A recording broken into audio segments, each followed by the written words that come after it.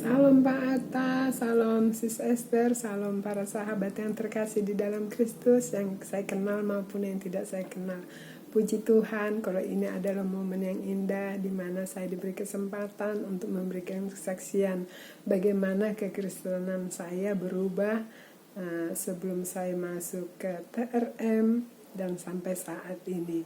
Saudaraku, saya kenal Pak Atta itu sebenarnya tahun 2015 akhir, di mana saat itu saya ada teman Facebook sering like postingan beliau, sehingga beliau masukkan saya di grupnya Pak Atta. Nah, setelah saya perhatikan, saudaraku, apa sih ini The Rapture gitu. Setelah saya lihat, ternyata itu adalah yang saya butuhkan. Karena saudaraku begini, kekristenan saya itu sebenarnya tidak baik, saudaraku. Karena apa? Saya dari kecil itu sebenarnya nggak pernah sekolah minggu. Saya ingat saya nggak pernah sekolah minggu sampai saya akhirnya ke Jakarta menyelesaikan SMP saya di Jakarta bersama dengan tante saya. Nah, selama di Jakarta saya masa remaja, dewasa, saya banyak bergaul dengan orang berbagai agama. Bagi saya nggak masalah karena saya nggak mengerti tentang Tuhan gitu, saudaraku. Sampai akhirnya saya menikah dengan suami yang lain keyakinan. Walaupun saudaraku, saya tidak mengikuti keyakinan suami saya dan saya tidak ke gereja, saya tidak boleh berdoa. Karena apa, saudaraku? Di saat suami saya menyuruh saya, mengajarin saya untuk mengikuti keyakinannya, hati saya berontak, nggak bisa menerima. Akhirnya saya bilang sama suami saya, nggak bisa, jangan dipaksa. Akhirnya suami saya diamkan saya. Begitu, saudaraku, tentang kehidupan kerohanian saya. Sampai akhirnya anak saya meninggal yang nomor 3. Nah, di situ, saudaraku, saya depresi saya enggak terlalu berat, tetapi itu udah menyiksa saya, saudaraku. Karena apa? Saya merasakan saya seperti orang mati tapi hidup. Nah, hidup tapi sepertinya orang mati, begitu, saudaraku, penuh dengan kekhawatiran. Tapi saya tetap bekerja tapi penuh kekhawatiran. Nah, di saat seperti itu, saudaraku, saya waktu Lokakarya ya, dari tempat kerja, di tempat saya Lokakarya nggak jauh dari situ ada persekutuan itu saya nggak tahu dari gereja mana dan persekutuan apa. Saya masuk aja, saudaraku.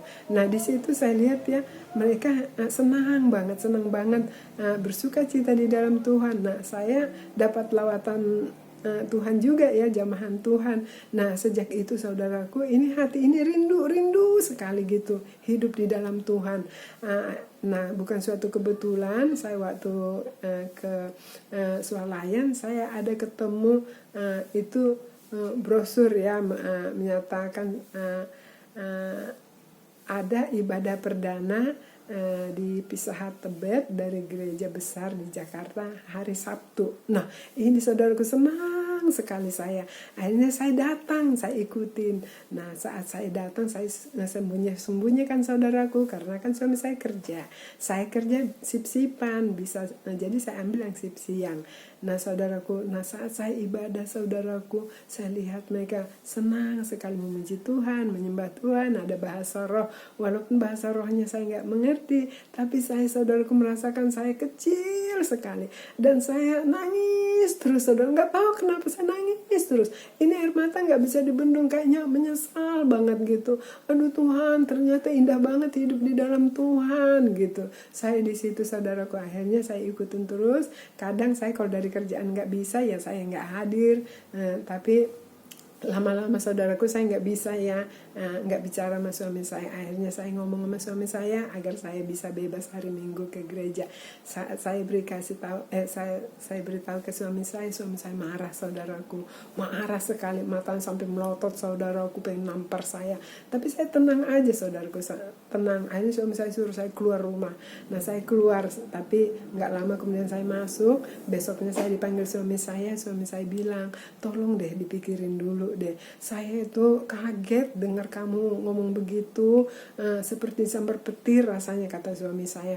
Terus saya bilang sama suami saya, oh nggak bisa. Karena apa, ini keputusan saya harus ada punya jati diri Kristen. Dan saya Kristen, jadi saya jangan dihalang-halangi saya ke gereja, saya gituin saudaraku.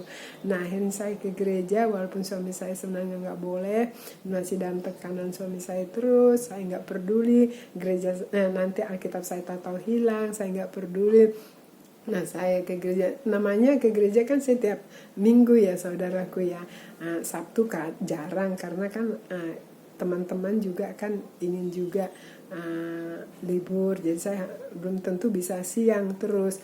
Nah saudaraku, di situ saya anggap kekristenan saya itu udah bagus loh saudaraku. Karena apa, saya kan udah banyak menyembah, memuji Tuhan. Tapi di firman Tuhan kan ada dikatakan ya, Matius 7 ayat 21, bukan setiap orang yang berseru-seru kepada aku, Tuhan, Tuhan, akan masuk surga, melainkan dia yang melakukan kehendak Bapa aku di surga. Nah, yang dilakukan kehendak Bapa itu adalah kekudusan, saudaraku. Nah, saya nggak ngerti kekudusan itu adalah kedagingan kita udah harus dibuang. Karena apa? Saya itu kan masih ada amarah, masih ada tersinggung, masih ada iri hati, masih nggak sabaran, saudaraku. Lewat Pak Atta, kan Pak Atta tiap hari ngasih ini ke kita ya.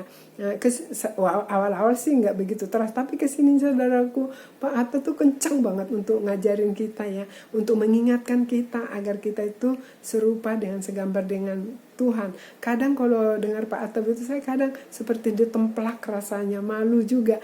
Nah itu saudaraku, akhirnya di dalam firman Tuhan kan Galatia 5 ayat 19 sampai 21 mengatakan, perbuatan daging telah nyata, yaitu percabulan, kecemaran, hawa nafsu, penyembahan berhala, sihir, perseteruan, perselisihan, iri hati, amarah, kepentingan diri sendiri, percideraan, roh pemecah, kedengkian, kemabukan, pesta pora, dan sebagainya. Terhadap semua itu saya ingatkan kamu, seperti apa yang telah kubuat dahulu.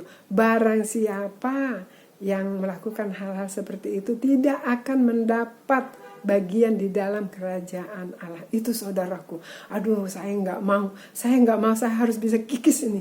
Itu saudaraku, nggak mungkin kan Pak Atta udah ngasih kita firman, terus dikasih kita hafalan. Kan Pak Atta kita kasih modul-modul ya, dalam satu modul itu bisa berapa ayat, dan itu kita hafalkan. Nah saudaraku, bagaimana bisa kita udah menghafal firman dan kita nggak melakukan, saudaraku? Karena apa? Tuhan kan nggak mau kita cemar, karena firman Tuhan dikatakan ya, 2 Tesalonika 4 ayat 7, Allah memanggil kita bukan untuk melakukan apa yang cemar, melainkan apa yang kudus. Nah, di dalam 1 Petrus 1 ayat 16 dikatakan, sebab ada tertulis, kuduslah kamu sebab aku kudus. Aduh saudaraku, bagaimana ya hidup kudus? Jadi saya harus, saudaraku, berusaha untuk mematikan semua kedagingan saya. Saya kikis satu persatu. Nah, kalau ada orang berkata ya, mana bisa kita hidup di dunia, hidup dalam kekudusan. Saudaraku, ada firman Tuhan loh mengatakan di Ibrani 12 ayat 14 ya, berusahalah hidup damai dengan semua orang, kejarlah kekudusan, sebab tanpa kekudusan tidak seorang pun akan melihat Tuhan. Nah, kejar itu kekudusan, dipretelin itu kedagingan. Nah, begitu saudaraku, kalau memang kita ada niat, kita mengejar, ya bisa. Karena apa? Ini kudu, karena ini perintah Tuhan. Nah, tergantung kita pribadi ya saudaraku. Tapi kalau saya sih takut ya.